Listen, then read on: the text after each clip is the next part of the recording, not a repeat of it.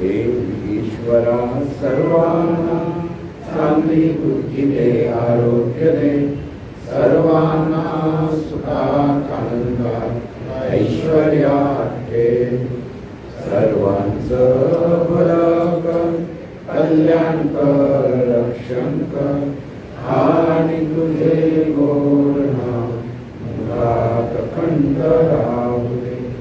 सद्गुरुनाथ महाराज.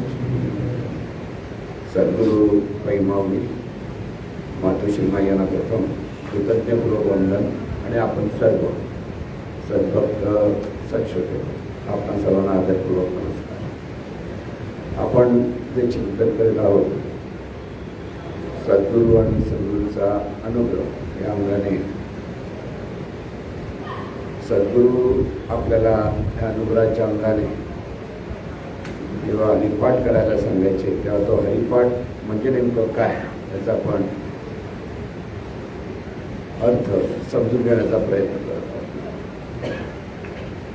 इथे हरिपाठ याचा सरळ अर्थ हरीचं स्मरण म्हणजेच नामस्मरण. जसं आपण त्याला नामस्मरण पण खरं नामाच्या द्वारे हरीचं स्मरण म्हणजे स्वरूप स्मरण किंवा देवाचं स्मरण.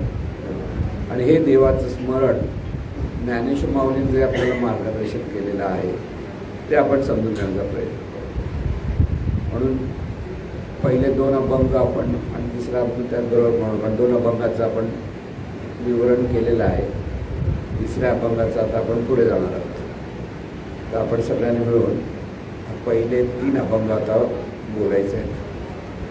देवाची द्वारी मोहाक्षण भरी, देणे मुक्तीचारी साधिया, हरी मुखे म्हणा, हरी मुखे म्हणा, पुण्याची गणना कोण करी, असोनी संसारी जीवे वेगू करी, वेदशास्त्र वारी पाया सदा, ज्ञानदेव म्हणे व्यासाची आपुणा, द्वारकेचा राणा पांडवावरी, हरी मुखे म्हणा, हरी मुखे म्हणा,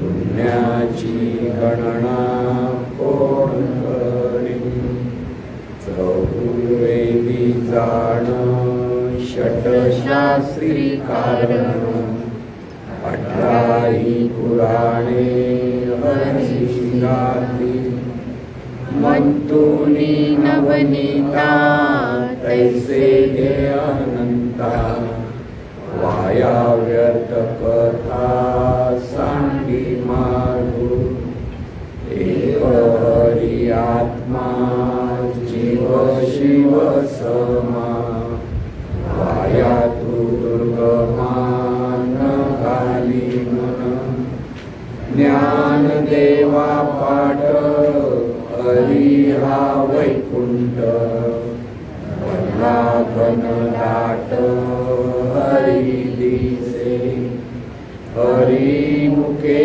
म्हणा, हरी मुखे म्हणा, पुण्याची गणना कोण करी, गुण सार निर्गुण हे सार, सारा सार विचार हरी पाठ, सगुण निर्गुण गुणाचे अगुण, हरी बिन मन व्यर्थ जाय, नाही जा आकार, हेतुनी चराचर त्यासी भजे, ज्ञान देवा ध्यानी रामकृष्ण मनी, अनंत जन्मानी पुण्य होय, हरी मुखे म्हणा, हरी मुखे म्हणा पुण्याची गणना कोण करी.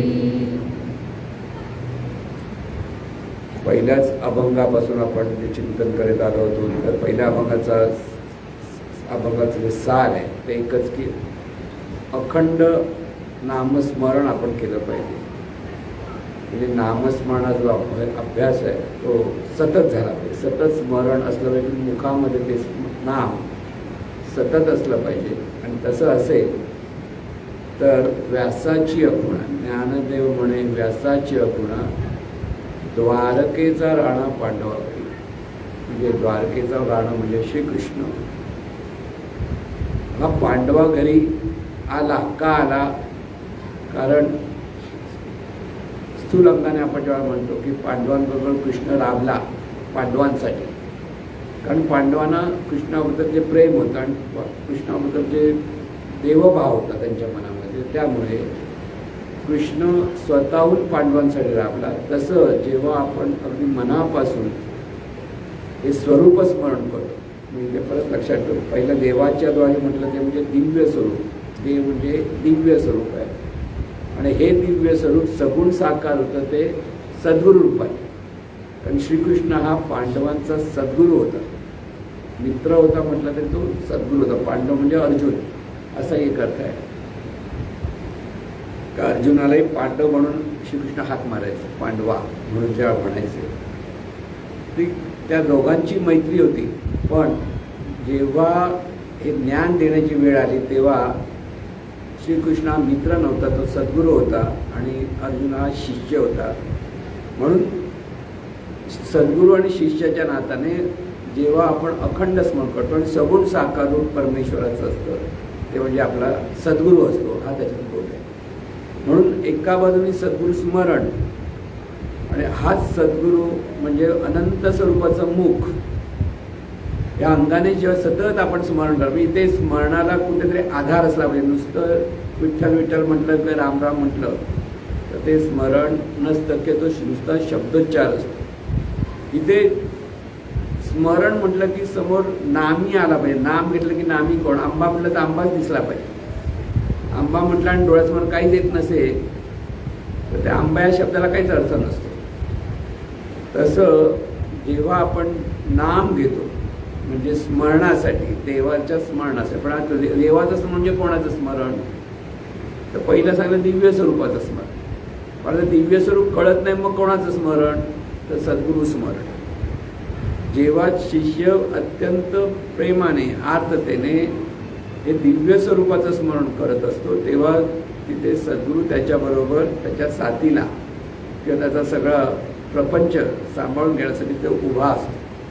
म्हणून पहिला अभंग अखंड नामस्मरण करा हा त्याचा अर्थ होता. दुसरा अभंग सांगितला की उगीच मोठमोठ्या गोष्टीमध्ये गुंतू नका. चौवेदी जाणं षटशास्त्री कारण 18ही पुराणे हरिसिका.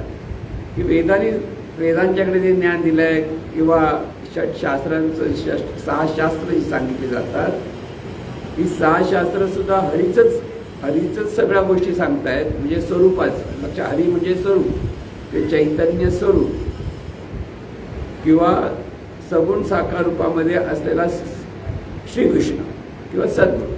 सर्व अंगांचा अर्थ समजून घ्यायचा. म्हणून चौवेदी जाणं षटशास्त्री कारण 18ही पुराणे हरिसिका. हे सगळं कोणाचं वर्णन करतात? हरीचं. हरीचं म्हणजे चैतन्य स्वरूपाचं. लक्षात घ्या. एका बाजूने. दुसऱ्या बाजूने सद्गुरू तत्वाचं. एकच आहे दोन्ही अर्थ. पण आकार पाहायचा असेल तर सद्गुरूंचा आणि निर्गुण निराकार स्वरूपाचं स्मरण तिथे करायचं असतं. म्हणून सद्गुरू हा देव असा जो भाव जो आपण म्हणतो त्याचा अर्थ ते चैतन्य स्वरूपच सद्गुरूपाने प्रगट आहे की सद्गुरूपाने आपल्याला मार्गदर्शन करतं. हा बोध आपल्याकडे सतत असला पाहिजे. म्हणून चौवेदी जाणं षटशास्त्री कारण 18ही पुराणे हरिसिका. मग हे जे करतात तेव्हा सतत काय केलं पाहिजे? मंथुनी नवनीता तैसे घ्या अनंता. इथे मंथन करायला सांग की ताकाचं मंथन केलं की घुसळलं. मंथन म्हणजे घुसळलं. तर जसं लोणी वर येतं तसं मंथन ह्या चैतन्य स्वरूपाच्या नामाच्या रवीने केलं पाहिजे. म्हणजे नाम इतकं घेतलं पाहिजे की तितकं मनाच्या जाणीवेमध्ये चित्त मंथन झालं पाहिजे. अखंड नाम, अखंड भाव जेव्हा प्रकट होतो त्यावेळेला आपल्याच मनाच्या ठिकाणी इतकं मंथन होतं की तिथे दिव्यत्व प्रकट होतो, तिथे तो भाव प्रकट होतो. म्हणजे मंतुनी नवनीता तैसे घ्या अनंता वाया व्यर्थ कथा सांग. पण बाकीच्या मोठमोठ्या गोष्टी लोक जे सांगतात त्याच्यात अडकण्यापेक्षा तू नुसतं नामस्मरण करत बस. कारण हे नामस्मरण म्हणजे दिव्य स्वरूपाचं स्मरण किंवा सद्गुरु स्वरूपाचं स्मरण. हा बोध तुझ्याकडे एकदा आला की त्या स्मरणातून जितकं तू करत बसशील, अखंड करत बसशील, तर ते मंथन होतं. म्हणजे इथे या जाणीवेच्या ठिकाणी स्फुरण व्हायला लागतं सतत चिंतनातून. तिथे प्रज्ञेचा उदय होतो आणि ते होण्यासाठी सतत नामस्मरण, ते नामस्मरण केलंच पाहिजे, त्याशिवाय आपोआप ते होणार नाही. म्हणून मंतुनी नवनीता तैसे घे अनंता वाया व्यर्थ कथा सांडी मारू. नको नको त्या गोष्टीमध्ये अडकू नको की ते एक हरी म्हणजे कोणत्या एक हरी जीवच तोच शिव आहे की जीव आहे याच्यात अडकू नकोस. तू फक्त स्मरण कर. कारण बरेच लोक मोठमोठे वाद घालत असतात. पंडितांचं काम आहे, विद्वानांचं काम, ते तुझं काम नाही. तुला फक्त स्वरूपाचं स्मरण कळलं पाहिजे किंवा सद्गुरु तत्वाचं स्मरण कळलं पाहिजे, तेवढं कर. मग बाकीच्या गोष्टीमध्ये अडकू नको. पण बरेच लोक कसं होतं की वाचन आहे, श्रवण आहे, चर्चा आहे, सगळं करतात, आहे उपयुक्त, पण एवढं करतात आणि नामस्मरणच करत नाही, तर उपयोगच काय. स्मरण करत नसतील बाकीच्या सगळ्या गोष्टी आपण करतोय म्हणतो तर त्याचा काही उपयोग होणार. शेवटी स्मरणाला महत्त्व आहे. म्हणून देवाच्या द्वारी म्हणजे इथे स्मरण हे द्वार आहे. स्मरण सुधारलं तर जीवन सुधारेल. स्मरण देवाचं केलं तर ते देवत्व प्रकट होईल. पण स्मरण बिघडलं तर जीवन बिघडेल. म्हणून हे जे द्वार आहे म्हणजे इथे स्मरण फार महत्त्वाचं आहे. पण सगळी गोष्टी ज्या करायच्या आहेत त्या स्मरणासाठी आहेत. मग स्मरणाकडेच लक्ष दे ना. वेळ कशाला फुकट घालतोस. म्हणून वेळ फुकट घालून म्हणून वाया व्यर्थ कथा सांडी मागू. म्हणून एक हरी आत्मा जीव शिव समा वाया तो दुर्गमान न घाली मन. म्हणजे त्या कठीण गोष्टीमध्ये मन अडकवू नकोस. आणि म्हणून खरं काय, ज्ञानदेवा पाठ हरी हा वैकुंठ भरला घन दाट. हे परत चैतन्य स्वरूपाचं वर्णन करतात की ज्ञानदेवा पाठ म्हणजे ज्ञानदेव स्मरण करायला सांगतात. पाठ म्हणजे स्मरण, परत लक्षात, पाठ म्हणजे बोध. की काय बोध आहे, की काय स्मरण ज्ञानदेवाला, की हा हरी सर्वत्र भरून राहिलेला आहे, त्याच्याशिवाय दुसरं काहीच नाही. त्यांची दृष्टी आपल्याला प्राप्त व्हायला पाहिजे. ती दृष्टी स्मरणातून होईल, स्मरणाशिवाय होणार नाही. म्हणून सतत हरिमुखे म्हणा, हरिमुखे म्हणा, पुण्याची गणना. त्रिगुण म्हणजे त्रिगुणात्मक प्रकृती, म्हणजे हे दृश्य जगत आहे. हे त्रिगुण कोणते, सत्व, सात्विकता, तामसीपणा आणि राजसीपणा. रज तम सत्व हे तीन गुणातून हे सगळं विश्व प्रकट झालेलं आहे. म्हणजे विश्वाचे मूळ तीन गुण आहेत. ही प्रकृती, तिला अष्टविधा प्रकृती सुद्धा म्हणतात. म्हणजे पंचमहातत्व, देहाच्या अंगाने पंचमहातत्व आणि जाणीवेच्या अंगाने हे त्रिगुण. म्हणजे कोणी रागट असतो, कोणी तामसी म्हणजे तामसी म्हणतो आपण त्याला, रागट असतो त्याला, किंवा कोणी राजसी म्हणजे अगदी खुशाल चेंडू असतो, तर कोण अगदी सात्विक असतो. म्हणजे हे सगळे तीन गुण प्रत्येकाच्या ठिकाणी असतात. म्हणून हे ज्या त्रिगुणात्मक प्रकृती आहे ती कशी आहे, मोठमोठे संत सांगतात किंवा मोठमोठे वाक्य आहेत. काय, ब्रह्म सत्यम जगन मिथ्या. इथे मग इथे वाद घालतात. वाद भरपूर मोठे घालणारे लोक आहेत, पूर्वीपासून अजूनही चालतात. पण इथे महत्वाचं लक्ष की त्रिगुण असार सगुण हे सार, हे सारासार विचार हरिपाठ. या सारासार विचाराचं बोध काय, हरीचं स्मरण कर. शेवटी तुला हरीचं स्मरण करायचं आहे. म्हणून ह्यातच पण तेच तिथे सावध करतायत की त्रिगुण असार निर्गुण हे सार, सारासार विचार. म्हणजे निर्गुण म्हणजे आता हे निर्गुणाचं वर्णन ते पुढे करतायत की इथे तुम्ही ह्याच्यात पण अडकून काय, ते चैतन्य स्वरूप आहे, सगुण आहे की निर्गुण आहे, की योग्य आहे की अयोग्य आहे, खरं आहे काय खोटं आहे, त्याच्यातही अडकू नकोस. तुला फक्त ते चैतन्य स्वरूप आहे हे स्मरण पाहिजे. आणि ह्या स्मरणामध्ये तुला सतत राहिलं पाहिजे. साधकाला ते तिथे सतत स्मरण करा म्हणून सांगतायत, दुसरं काहीच नाही. नामस्मरण कर. आणि म्हणून त्रिगुण हे त्रिगुण सार, निर्गुण हे सार, सारा सार विचार हरिपाठ, सगुण निर्गुण गुणाचे अगुण. म्हणजे काय, सगुणामध्ये गुण आहे, निर्गुणामध्ये गुण आहे कळत नाही, पण गुण आहेत की अगुण आहे स्वरूपाकडे, तिथे अडकू नको. सगुण निर्गुण गुणाचे अगुण, हरिवीण मन व्यर्थ जाय. म्हणजे नुसतं गप्पा टप्पा करायचं तर हरिकडेचं स्मरणच राहणार नाही, तुझ्या मनामध्ये फुकट वेळ घालवला म्हणून समजा. आपण किती फुकट वेळ घालत आहे फक्त प्रत्येकाने विचार करा, कुठे कुठे कुठे पडत, स्मरणाकडे किती वेळ देतो आणि बाकीच्या गोष्टी किती अडकतो, इथे ते सावध करतात आपल्याला. म्हणून सगुण सगुण सगुण निर्गुण गुणाचे अगुण, हरिवीण मन व्यर्थ जाय. आणि मग परत सांगतात स्वरूप काय आहे, अव्यक्त निराकार नाही ज्या आकार, जेथुनी चराचर त्यासी भजे. हे जे स्वरूप आहे हे स्वरूप दिसत नाहीये, ते निर्गुणच आहे, पण तुला फक्त खून काय समजून घ्यायची, हे सगळं विश्व जिथून निर्माण झालं ते स्वरूप आहे, त्या स्वरूपाचं तू स्मरण करतो एवढं लक्षात ठेव. अनंत स्वरूप म्हटलं की अनंत स्वरूपाला पाहता येतं का, पाहता येत नाही, पंचज्ञानेंद्रियाच्या द्वारे जाणता येत नाही, काही करता येत नाही. मग ते आहे म्हणून समजायचं कसं, त्याचे एकच गुण. हे सगळं विश्व निर्माण कशामुळे झालं, त्याला कारण काय, मूळ कारण काय, एवढी विविध वनस्पती, विविध पशु पक्षी, विविध माणसं, की एक माणूस दुसऱ्यासारखा दिसत नाही. जरी देह मानवी देह असला तरी प्रत्येकाचं रूप वेगळं, प्रत्येकाचं बोलणं वेगळं, प्रत्येकाचं वागणं वेगळं, इतकी विविधता.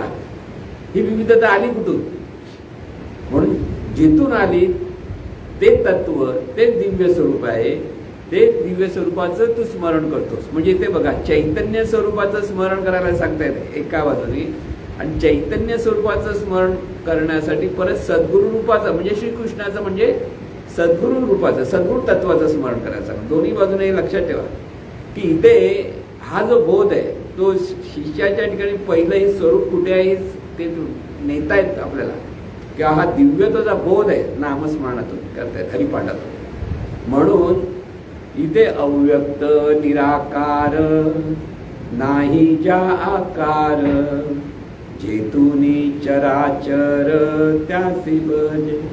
ज्ञान देवा ध्यानी रामकृष्ण मनी, अनंत जन्मानी पुण्य होय. ध्यानी मनी पांडुरंग. आपल्या ध्यानी मनी काय असतं, कांद्याचे भाव खूप वाढले तो आहे की नाही, इकडे कांदे काय कांद्याचे भाव महाग झालेत, ते आपल्या ध्यानात बरोबर असतं. पण हा कांदा जेथून निर्माण झाला त्याचं स्मरण नसतं, कळलं. कांदा म्हणजे कांदे म्हणजे सगळे रूप, की इथे आपल्याला व्यवहाराचं स्मरण असतं, तुझं माझं याचं स्मरण असतं, घरात काय कमी जास्त आहे त्याचं स्मरण असतं, तिथे आपलं सगळं लक्ष असतं. कारण स्मरण म्हणजे काय, त्याच्यात आपण गुंतलेलो असतो. त्याच्याशिवाय तिथे आपण हे सगळं ह्या चैतन्य स्वरूपाचं निर्मिती आहे, की चैतन्य स्वरूपाचं आपल्याला स्मरण करायचं आहे, हेच आपण विसरतो. कधीतरी अडीअडचणी आल्या का पटकन काय कोण बोललं की विठ्ठल विठ्ठल म्हटलं की आपल्याला स्मरण झालं असं वाटतं. ते तसं स्मरण नाही, कारण ध्यानी मनी म्हणजे एका जागी बसून जर ध्यान करायला लागला तर ते चैतन्य स्वरूपाचं की सद्गुरु स्वरूपाचं स्मरण कर, की स्वस्वरूपाचं स्मरण कर. तीन गोष्टी. काम करताना मनामध्ये चैतन्य स्वरूपाचं जीवन आहे हा विचार कर. ध्यानी मनी सतत हे स्मरण जे होतं, म्हणजे ज्ञानेश्वर माऊलींचं ते स्मरण होतं, तर त्यांचा अनुभव सांगतात. रामकृष्ण ध्यानी रामकृष्ण मनी, आणि त्यामुळे अनंत जन्माने पुण्य. जन्माचं अनंत जन्माचं पुण्य, एका जन्माचं नाही, की जन्मोजन्मी जर हे स्मरण करत बसशील तर जन्मोजन्माचं तुला पुण्य प्राप्त होतं. आणि हे पुण्य इथूनच आपल्या जीवनामध्ये सुख शांती समाधान प्राप्त होतं. म्हणजे जी जीवनाची जी प्रगती आहे, की मनाचा जो विकास व्हायला पाहिजे, मनाचं जे स्थैर्य प्राप्त व्हायला पाहिजे, तिथे ह्या चैतन्य स्वरूपातून हे जीवन आहे हे चैतन्य स्वरूपच सर्व रूपारूपाने प्रगट आहे आणि म्हणून प्रत्येक रूपाच्या ठिकाणी पाहताना सुद्धा तिथे चैतन्य स्वरूपच आहे हा बोध आपल्याला सतत असला पाहिजे. हे ध्यानीमन चिंतन सतत असलं पाहिजे. जर कुठे बघितलं तर लगेच ते चिंतन व्हायला पाहिजे की आहे ते हे चैतन्य स्वरूपाचं रूप आहे. म्हणून हे स्मरण म्हणजे नामस्मरण नुसतं विठ्ठल विठ्ठल म्हणणं हा एक भाग, पण विठ्ठल विठ्ठल म्हटलं म्हणजे नामस्मरण, बाकीचं नामस्मरण असं नाही असं नाहीये. चिंतन करत राहिलं पाहिजे की सतत हे विश्व कसं आहे, हे विश्व कुठून निर्माण झालं, या विश्वामध्ये प्रत्येक रूप म्हणजे कोणाचं आहे, चैतन्य स्वरूपाचं रूप. आता हे ज्ञान कोणामुळे, सद्गुरू म्हणून सद्गुरूचंच पडणार. इथे आपल्या स्वतःच्या ठिकाणी पहा, इथेही पहा की पहिला जो बोध दिलेला आहे की व्यासा ज्ञानद म्हणे व्यासाची पुन्हा द्वारके जाराना पांडव, हे शरीर पण पांडव आहे, दृश्य आहे की हे पांडव आहे. पांडव म्हणजे पंचमहातत्वाचं शरीर आहे म्हणून ते पांडव आहे. 5 तत्व आपल्या ठिकाणी आहेत, आकाश तत्व, वायू तत्व, तेज तत्व, जल तत्व. आणि तिथे हे जे मी म्हणणारं जे तत्व आहे तो श्रीकृष्ण आहे. आता तो कळायला कठीण पडतो, पण तिथे हे जाणणारं जे तत्व आहे त्याचं स्मरण करा. किती दिशा दाखवतात, कुठे स्मरण केलं पाहिजे, कुठे पाहत आलं पाहिजे. म्हणून हे जेव्हा आपल्याला कळतं तेव्हा ध्यानी मनी सतत जे आहे ते हे चैतन्य स्वरूपाचं जीवन आहे आणि ह्या चैतन्य स्वरूपाच्या किंवा आत्मस्वरूपाचं जीवन आहे. आणि ह्या चैतन्य स्वरूपाच्या जीवनाच्या अंगाने सतत आपल्याला कार्यरत होता आलं पाहिजे. एका जागी बसलं तर ध्यानस्थ व्हा आणि कार्यरत असलं तर मनामध्ये सतत स्मरण असायला पाहिजे. म्हणून ध्यानी मनी रामकृष्ण. म्हणून हे लक्षात ठेवण्यासाठी पुन्हा हरिमुखे म्हणा, हरिमुखे म्हणा, पुण्याची गणना कोण करी. सारखं आहे हरिमुखे म्हणा, दुसरं काय इकडे जाऊ तिकडे जाऊ, असं करू तसं करू त्याच्यावर अडकू नका. म्हणजे उगीच आपण गुंतत जातो.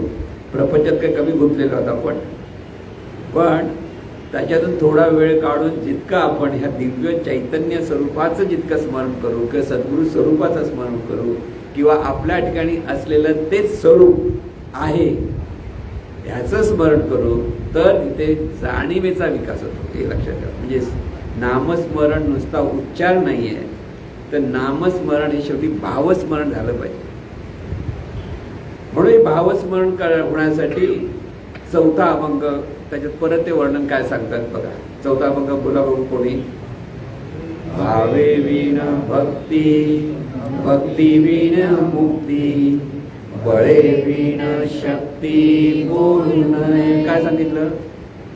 नुसतं बडबड करशील विठ्ठल विठ्ठल, भावच नसेल तर ती भक्ती नाही. म्हणजे कसं हळूहळू ते नामस्मरणाचं खरं गुह्य ते सांगायच्या मागे लागले. कसं सांगतात बघा. एक अभंग जेव्हा आपण हे म्हणत असतो, म्हणजे हे सगळं लक्षात ठेवून हरिपाठ म्हटला पाहिजे, तिथे नामस्मरण होतं. जर हे लक्षात ठेवून हरिपाठ म्हटलं म्हणजे हरीचं स्मरण आलं तर ते नामस्मरण झालं. भावे विण भक्ती, जर भाव नसेल तर भक्ती नाही, भक्ती नसेल तर मुक्ती नाही. एकावर एक अवलंबून आहे.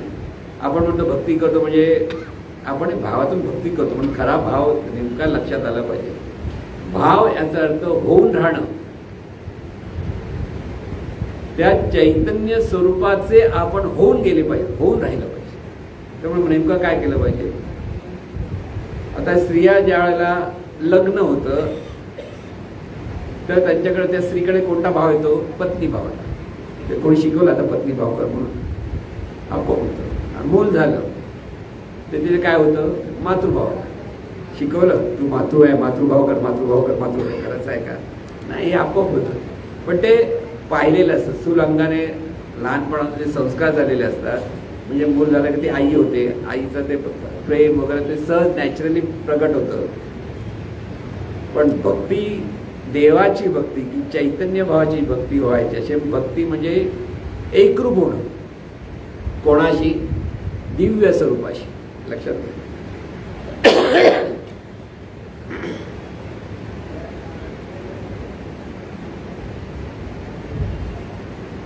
दिव्य स्वरूपाशी एकरूपता. म्हणून भाव म्हणण्यासाठी ते होऊन राहिलं पाहिजे. म्हणजे काय? विठ्ठल होऊन विठ्ठल म्हणा. हरी होऊन हरी म्हणा, म्हणजे जो बोलतो तोही हरीच आहे. मुखामधून जो नाद निर्माण होतो तो कोणामुळे नाद निर्माण होतो? ह्या स्वरूपामुळे निर्माण होतो. पण तिथून जो नाद निर्माण होतो तिथेच लक्ष ठेवा, आणि तेच हरीच आहे. म्हणून हा हरी आहे तोच हरीचं स्मरण करतो. मी नामस्मरण करतो, मी असं करतो, मी तसं करतो, तो लक्ष तो मी पण बाजूला केला पाहिजे. म्हणून भावे विण भक्ती, भक्ती विणे मुक्ती. भाव असेल तरच भक्ती होते. बाकीच्या भक्ती आपण म्हणतो वेगळ्या वेगळ्या पद्धतीने, ती भक्ती नव्हे. स्वरूप भक्ती की इथे जिथे हे आपण म्हणतो की अव्यक्त निराकार नाहीच्या आकार जेतुनी चराचर त्याचे. आपल्या ठिकाणी जे जाणणार तत्व आहे ते अव्यक्त आहे, निराकार आहे. आपण ज्याला मन म्हणतो सोप्या भाषेत. खरं मन म्हणजे अशुद्ध जाणीव. मन म्हणजे मीपणातून आपण जे करतो ते मन. आणि मीपणा विरहित जेव्हा आपण जाणतो तेव्हा ती जाणीव. पण जाणीव म्हणजे चैतन्य स्वरूपाचं स्फुरण. म्हणून ही जी जाणीव आहे ही जाणीव अव्यक्त आहे, निराकार आहे, नाही ज्या आकार ते आहे.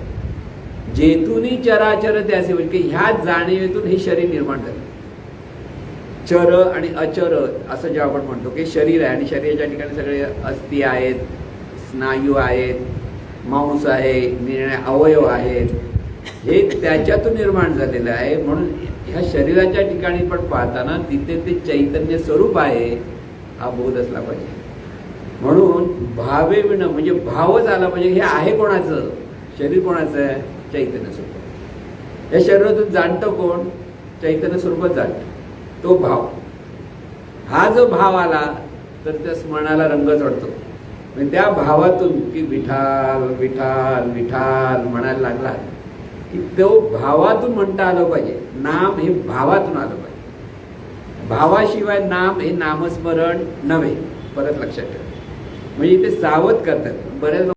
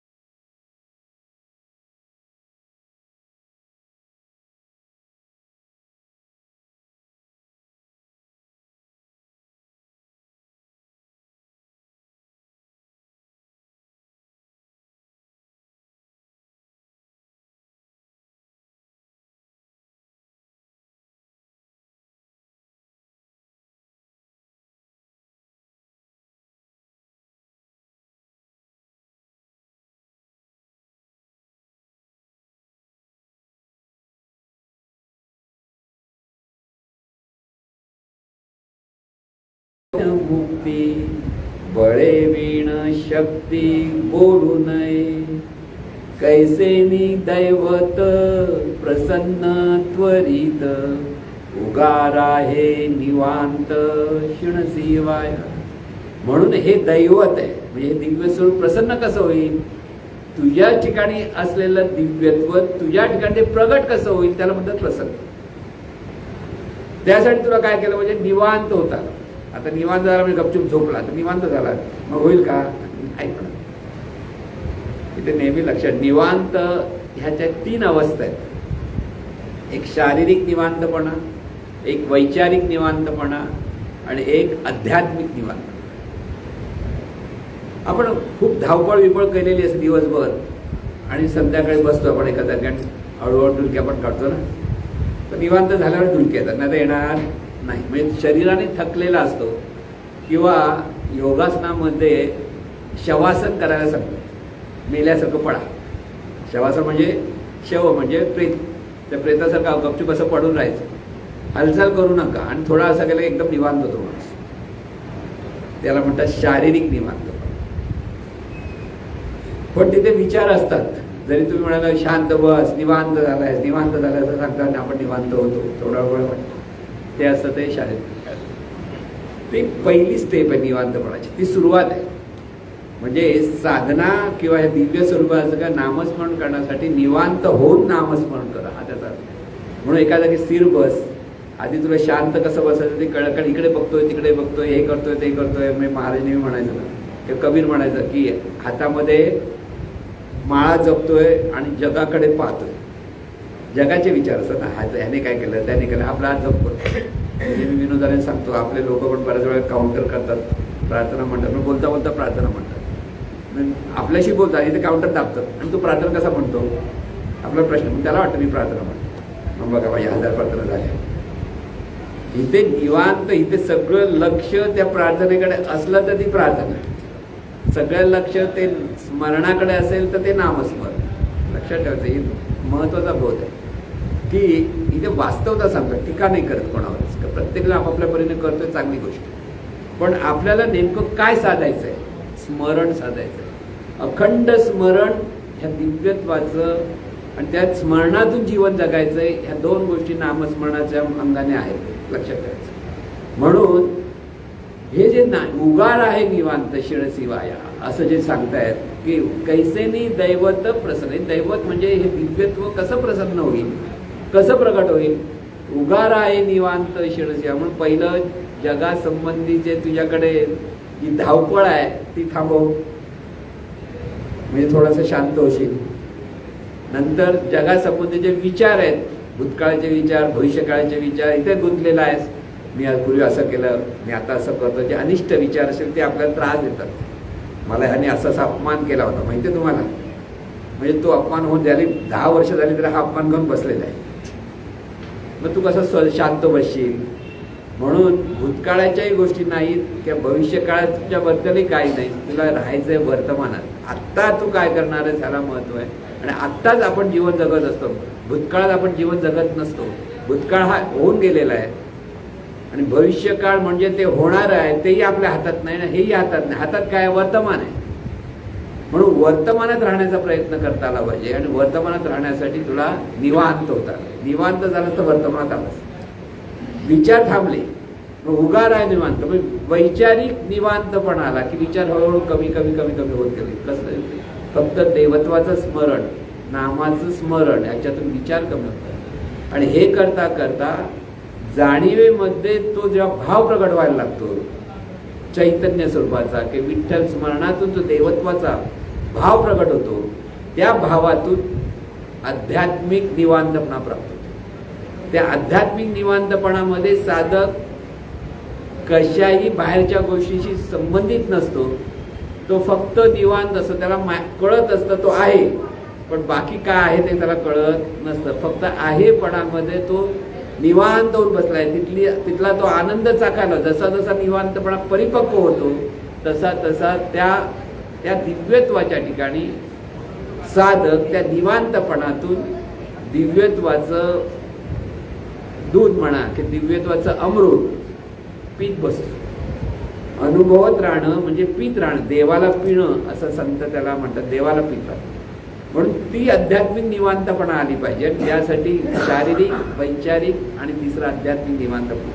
म्हणून कैसेनी दैवत प्रसन्न त्वरित, उगार आहे निवांत शिणसिवाया. उगी धडपड करतोय, हे वास ते वास करतो, मागोमाग मागे लागलायस, पण जे तुला करायचं ते करतच नाहीस. करायचं काय, तुला स्मरण करायचं, देवाच्या स्मरणात राहायचं. पण तुझ्या मनामध्ये स्मरण कोणाचं? मुलाने काय केलं, मुलीने काय केलं, नवऱ्याने काय केलं, बायकोने काय केलं, हे असं झालं, ते तसं झालं. तुम्ही बघा, कधी कोणाच्या लग्नाच्या गोष्टी सांगायला लागल्या तर काय होतं बघा, त्या लोकांना असं केलं होतं, म्हणजे अनिष्ट ते पहिलं आठवतं आपल्याला आणि त्याच्यात अडकत जातं. आणि त्या अडकत गेलं की आपलं स्मरण बिघडलं. म्हणून स्मरण बिघडता कामा नये, लक्षात ठेवा. सगळे व्यवहार असताना सुद्धा स्थिर मनाने आपल्याला ह्या सगळ्या गोष्टी समजून घेता हव्या. इष्ट असतील आणि अनिष्ट असतील, त्यात गुंतायचं नाहीये.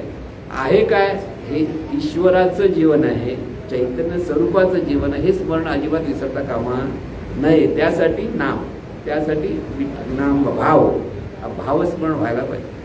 म्हणून कैसेनी दैवत प्रसन्न त्वरित उगार आहे निवांत शुणशिवाय. आता तुम्हाला हे कळल्यानंतर स्वतःच्या मनाला फिलिंग केलं पाहिजे, तुम्हाला आध्यात्मिक निवांतपणा मिळवायचं. जरासं बरं वाटलं, खूप बरं वाटलं, शांत झालं, पण देवाचं स्मरण राहिलं का? नाही. लक्षात, उठल्यानंतर सुद्धा त्या साधनेतून किंवा निवांतपणातून बाहेर आल्यानंतर या ईश्वरत्वाच्या स्मरणातच पाहता आलं तर आध्यात्मिक निवांतपणा मिळालं. खूप जागे कुठे पाहिलं तरी ते काय आहे, सर्वत्र हे चैतन्यच आहे का? सर्वत्र विठ्ठलच आहे. विठ्ठल म्हणजे चैतन्य. कोणतंही देवाचं नाव घेतलं त्याचा अर्थ काय? ते चैतन्य स्वरूप.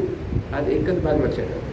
विठ्ठल, राम, कृष्ण ही जरी पुराणातली देवांची नावं आहेत ती फक्त देवत्वाचा भाव निर्माण होण्यासाठी आहे.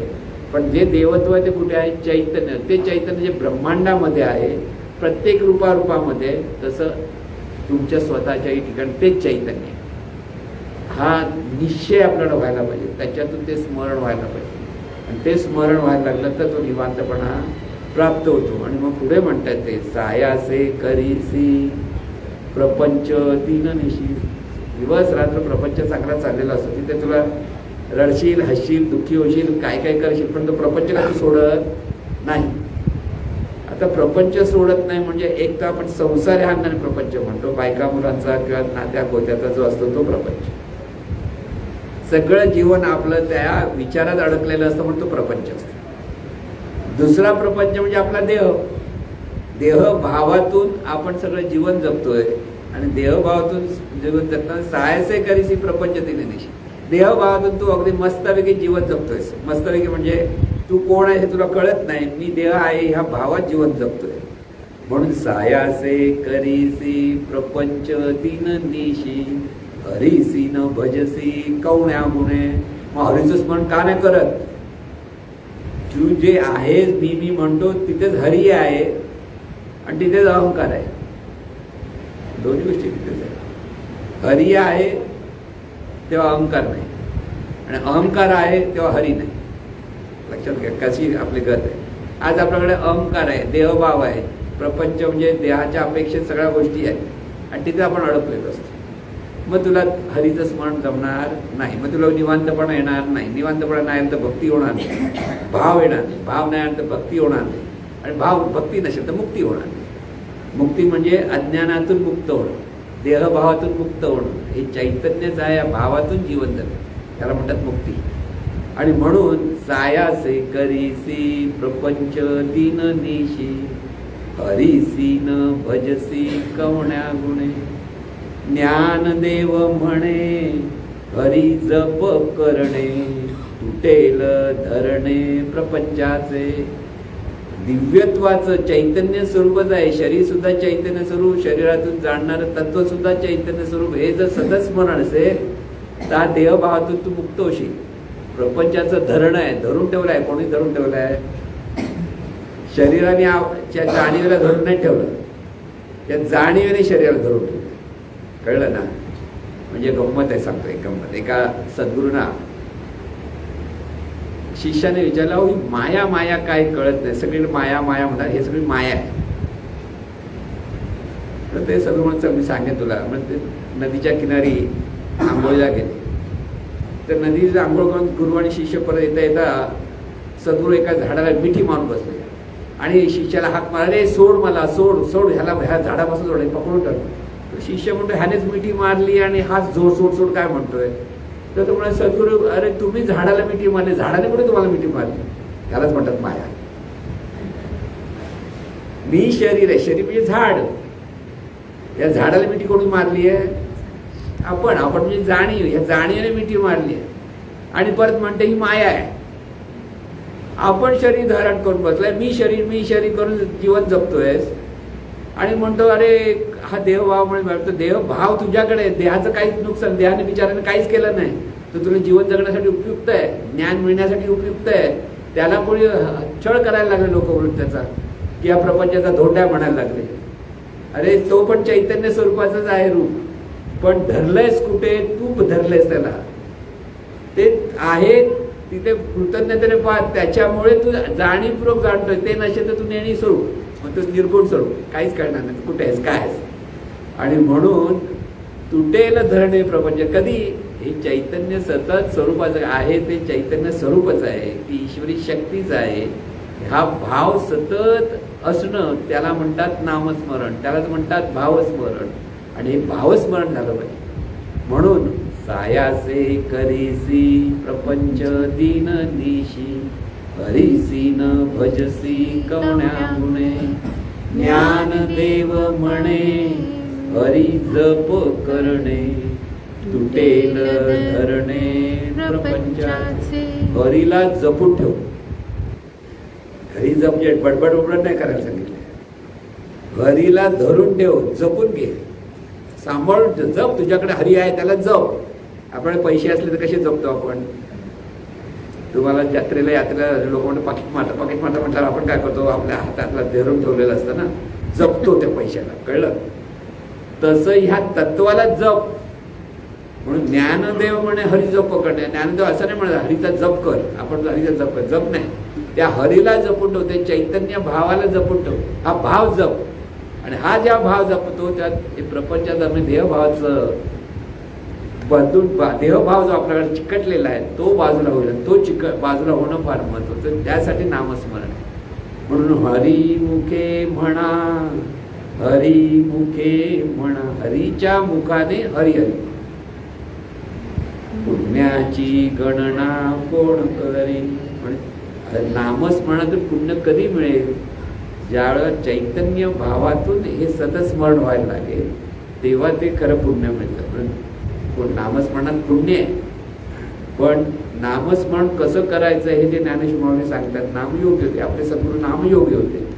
आणि ते लोकांना कळा म्हणून ते हरिपाठ करायला सांगायचे. हरिपाठ करा म्हणजे पाठांतर करायला नाही सांगायचे, हरिस्मरण करायला सांगायचे. पाठ म्हणजे स्मरण, पाठ म्हणजे बोध. हा बोधाचं स्मरण करत राहणं म्हणजेच हरिपाठ, म्हणजेच हरीचं स्मरण. आणि हे हरीचं स्मरण आपल्याला पुन्हा पुन्हा हे समजून घ्यायचं आहे की नामस्मरण म्हणजे काय? अखंड केलं पाहिजे. दुसऱ्या बाजूने उगीच नको ते वाचन चिंतन, ह्याचं ऐक त्याचा कचरा कानामध्ये ऐकतो त्याच्या भांडणीत पडू नका. तुला नामस्मरण करायचं म्हणजे चैतन्य स्वरूपाचं स्मरण करायचं. म्हणजे ते चैतन्य कुठे आहे? विश्वामध्ये आहे, प्रत्येक रूपामध्ये आहे. सद्गुरू रूपाने तिथे प्रगट आहे आणि तुझ्या रूपाने तेच प्रगट आहे. हे कळणं आणि समजून घेणं आणि ते लक्षात ठेवणं याला म्हणतात नामस्मरण. आणि हे नामस्मरण सर्वांकडून हो अशी सद्गुरूचरणी प्रार्थना. हे ईश्वरा सर्वांना चांगली बुद्धी दे, आरोग्य दे, सर्वांना सुखात आनंदात ऐश्वर्यात ठेव. सर्वांचं भलं कर, कल्याण कर, रक्षण कर आणि तुझे गोड नाम मुखात खंड राहू दे. सद्गुरुनाथ महाराज की जय.